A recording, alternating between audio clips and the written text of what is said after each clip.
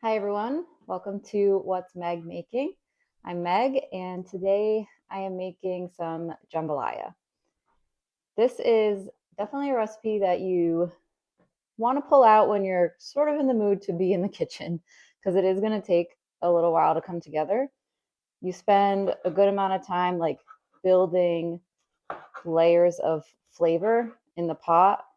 So like first we're going to start by searing the andouille sausage, which is pretty much a requirement for this recipe. It's like a essential flavor component and it's really good, spicy, really delicious. And then I'm going to layer in some chicken thigh pieces and also shrimp.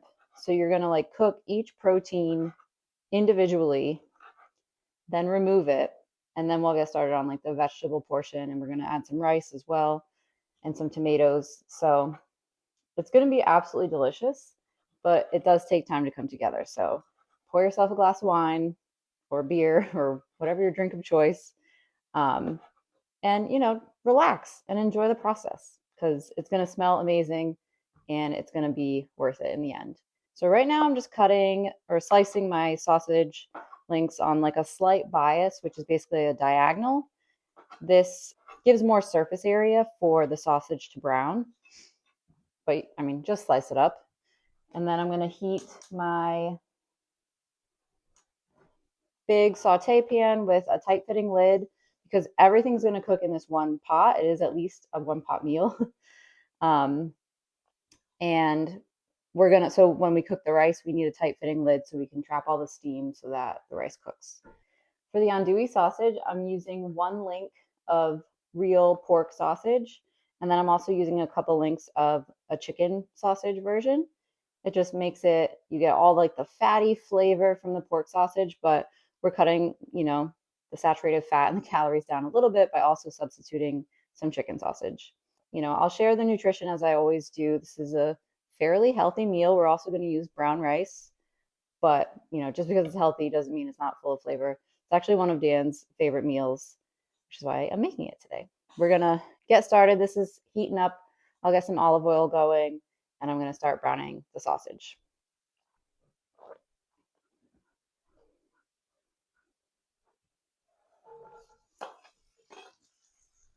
You could also use a large Dutch oven for this. That would work really well.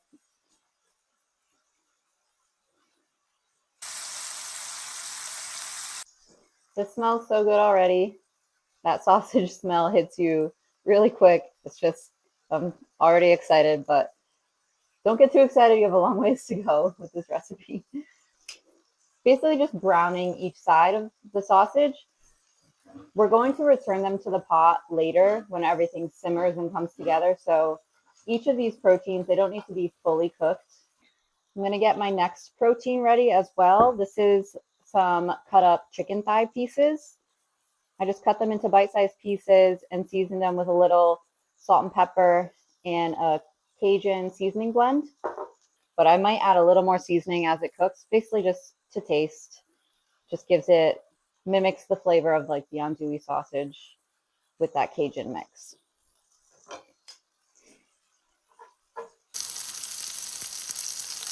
My sausage is looking nice and brown, so I'm going to start pulling it aside onto a plate and reserve it for later. We'll add it back when the time is right. Turning the heat down a smidge before I add the chicken. It's pretty hot. Okay, all those chicken pieces straight in.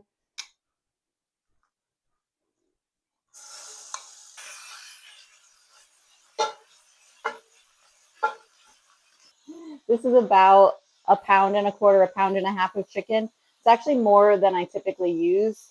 So what I might do is make a little bit extra rice, and this will be like kind of a larger portion than normal. But that's not a problem. We'll eat it for lunch all week. It's a really good, I feel like it gets even better as it sits in the fridge. I'm going to add a little more Cajun seasoning.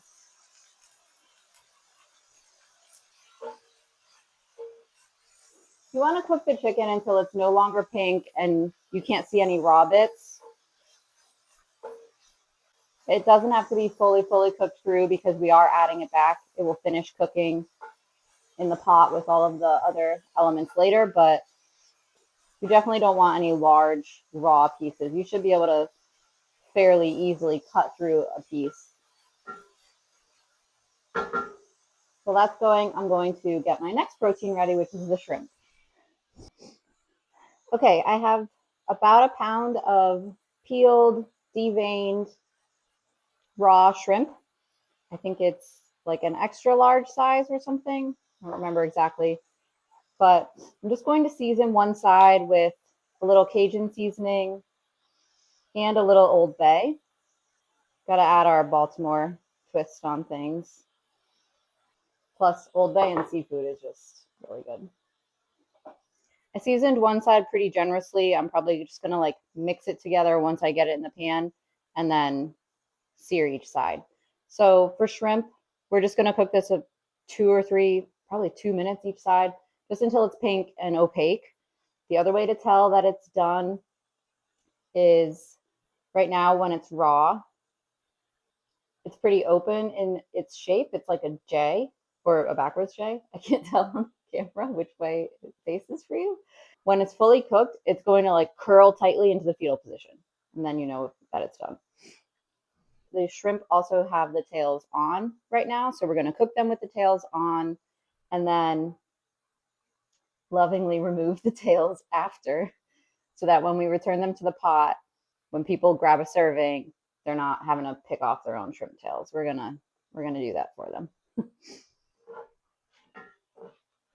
My chicken's looking good. I'm just cutting some of the really bigger pieces. I'm just kind of cutting with my wooden spoon right now to make them a little more bite sized. But I'm gonna pull these off, reserve them along with the sausage to the side, and then we will start cooking our final protein, which is the shrimp.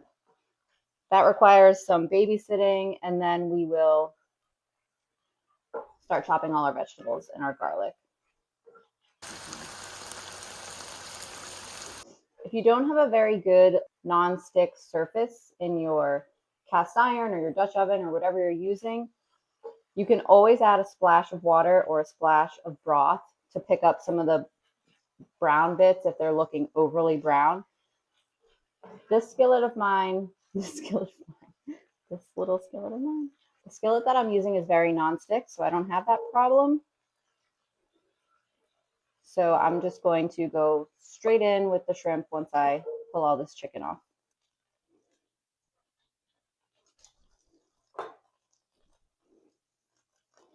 Okay, shrimp's going in, final protein.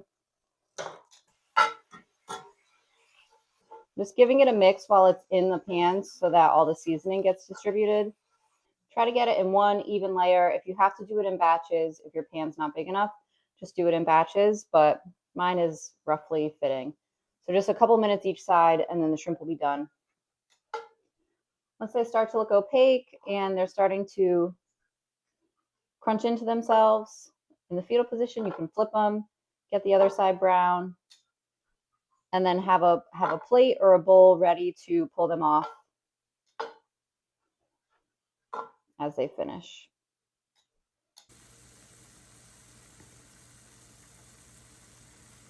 I have a separate plate from the chicken and the sausage one because the shrimp are not getting added back for the full cook. They would way overcook.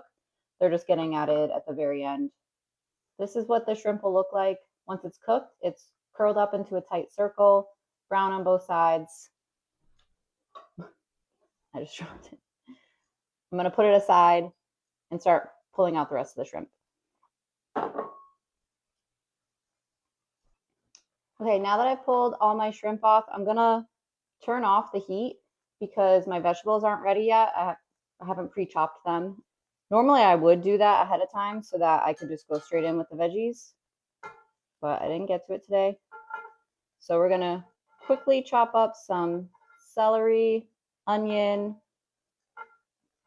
and green bell pepper, known as the Holy Trinity in New Orleans cooking. And then we'll turn the heat back on and get those simmering and softening in all of the delicious flavor that we just built into our pot from cooking all those proteins.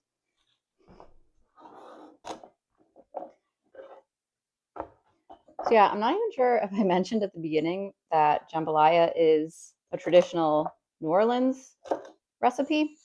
That's where I first learned how to make it. I was visiting New Orleans with a friend of mine, and we went to like a random little cooking class, and it was actually really fun. They made jambalaya, they made gumbo, they made pralines, and then they gave you like a printed out recipe that I lost. But this was a long time ago. This was like more than 10 years ago. But in the years since, I have like looked up some recipes online, and there are other elements that some recipes will include. So this is kind of like a simplified, pared down version using just easy to find ingredients and like nothing super fancy. Really, there's so much flavor as is. You don't need all those extra elements.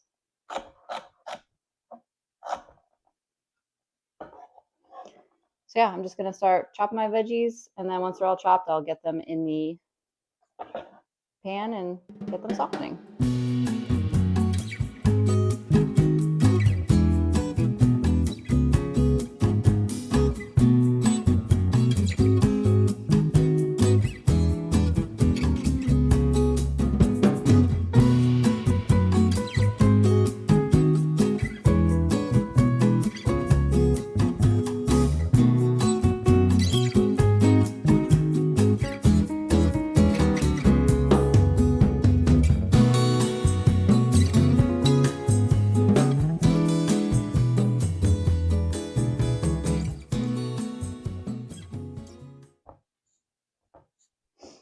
Okay, so I have a few stalks of celery, one green bell pepper, and my yellow onions are pretty small, so I'm going to do 2 of them. And then we'll be ready to get these veggies sauteing. Probably going to get my heat back on my pan after I do this first onion. Okay, my vegetables are ready. I'm just going to do like a smidge of olive oil.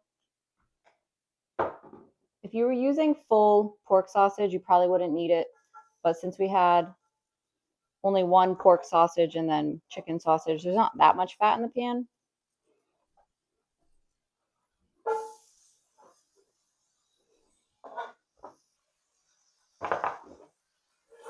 And then stir it around and lift up all that delicious brown flavor bits from all the proteins that you just cooked.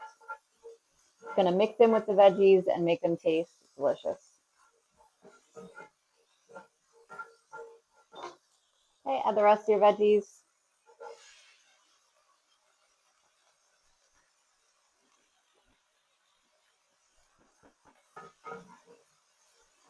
Let that hang out. It'll take probably 8 to 10 minutes for the veggies to cook down a bit. We also need some garlic, so I'm going to mince up some garlic now. A few cloves of garlic should be plenty.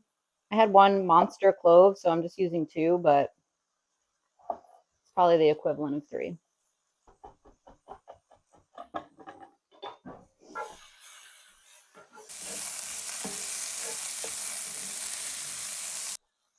Okay, my vegetables are looking softened. I'm going to add my garlic.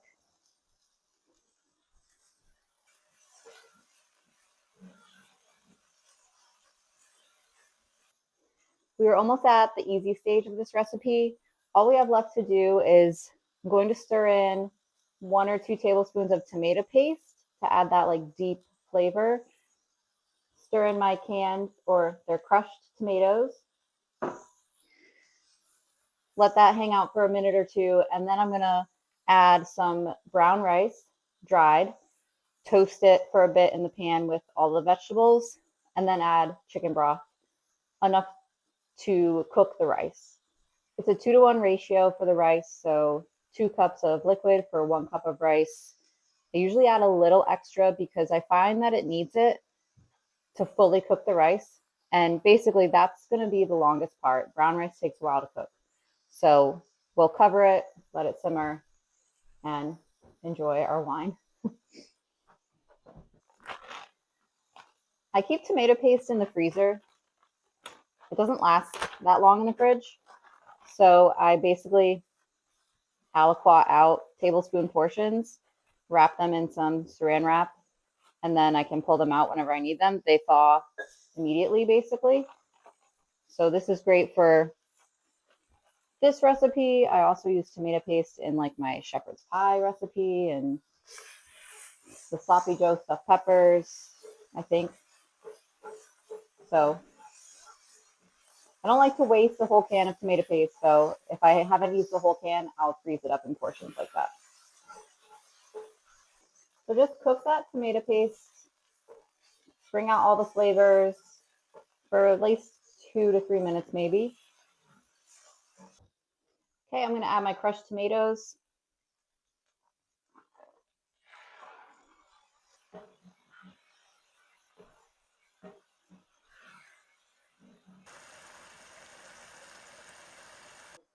Okay, now I'm going to add back my reserved sausage, andouille sausage, and chicken.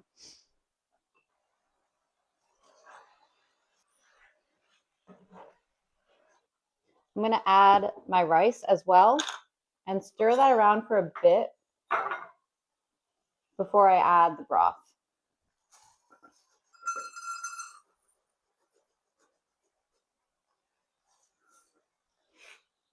I wish my pan was a little bit deeper because I'm having to be quite delicate with my stirring, but it fits. This is a big batch. So we're just kind of toasting the rice a little bit in the skillet, letting it absorb some of the flavors now, and then we're going to cover it with enough chicken broth to fully cook it.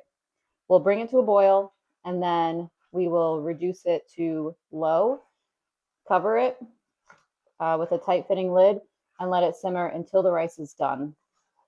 I'm using brown rice. It usually takes at least 40 minutes. You obviously could use white rice, and it would be much faster. But I do like the brown rice with this. It kind of holds up to all those spicy flavors, and it has like a nice chewier texture that I really like with this. Okay, I'm gonna add the broth. I'm gonna add most of this carton, probably around 3 to 3.5 cups, since I had 1.5 cups of rice. Just rinsing out my tomato can. I'm eyeballing it. I don't normally eyeball it, so pray for me.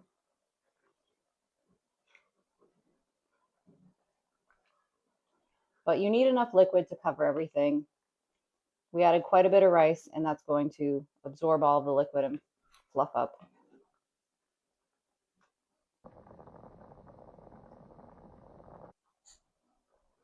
Okay, so we're going to turn the heat up a little bit and bring it to a boil. And then once it starts boiling, we'll reduce the heat, cover it, and let it cook. If you have a Dutch oven that's not nonstick, then you will want to stir it occasionally just so that nothing is burning or cooking too fast on the bottom. But you can probably stir every 10 minutes or so. You mostly want to leave it covered so that the rice has a chance to cook. And once we get there, I'll start tasting it. I'll basically be tasting to see if the rice is done or not.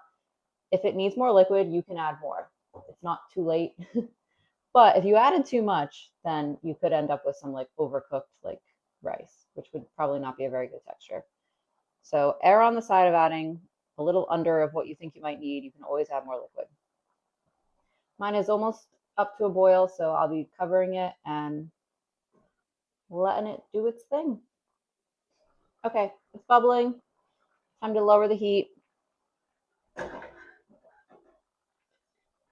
Cover. I'm going to set a timer for like 40 minutes because it's brown rice. It's probably going to take at least that long. but I'll periodically stir it here and there just to check on it while it's cooking. Okay, we're back. The jambalaya has been simmering for the past 40 minutes because I used brown rice. I've been stirring it periodically and checking on it. And my timer just went off, so I'm going to give it a taste and see if the rice is done. Just by looking at it, it looks like 97% of the moisture has been absorbed. So I think the rice will hopefully be done. But I'm going to give it a taste.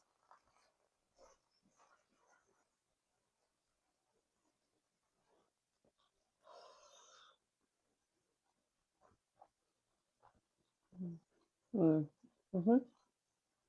really good. Brown rice has a nice kind of slightly chewy texture that I like, but it's cooked. And now is when we add the shrimp back. During the break, I peeled the tails off the shrimp so we can add it and we won't have to have shrimp tails in our bowl. And then I also have some chopped fresh scallions to use up, and I thought that might be nice to just add on top as well.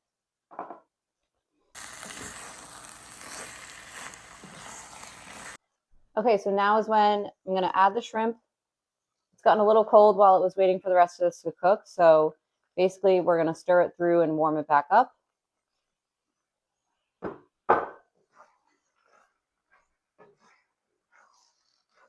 And I'm going to stir in my scallions.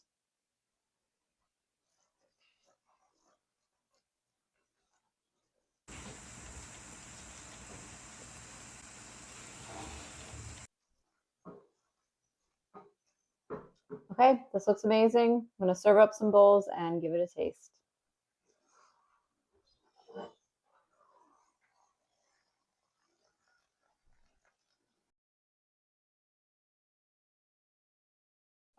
Okay, I'm going to give it a taste because I can't wait any longer.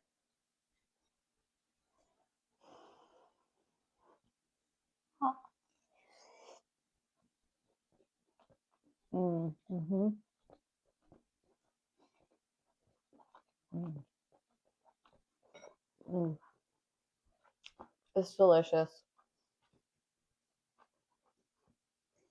So much flavor comes from that andouille sausage. It's got such a kick to it. And then you get like a slight like sweet balance from the tomatoes and the shrimp and the chicken are flavored so well with the Cajun.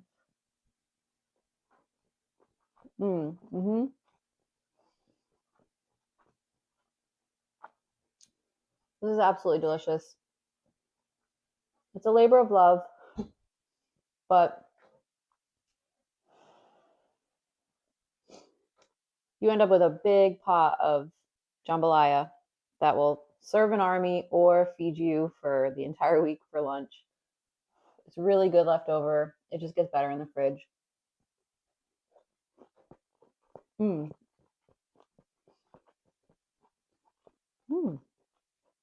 The shrimp has a nice kick to it too. It's really good. So I'm gonna have dinner finally at 8 o'clock. And if you try this one, let me know. It's a favorite in this house, and I hope you like it.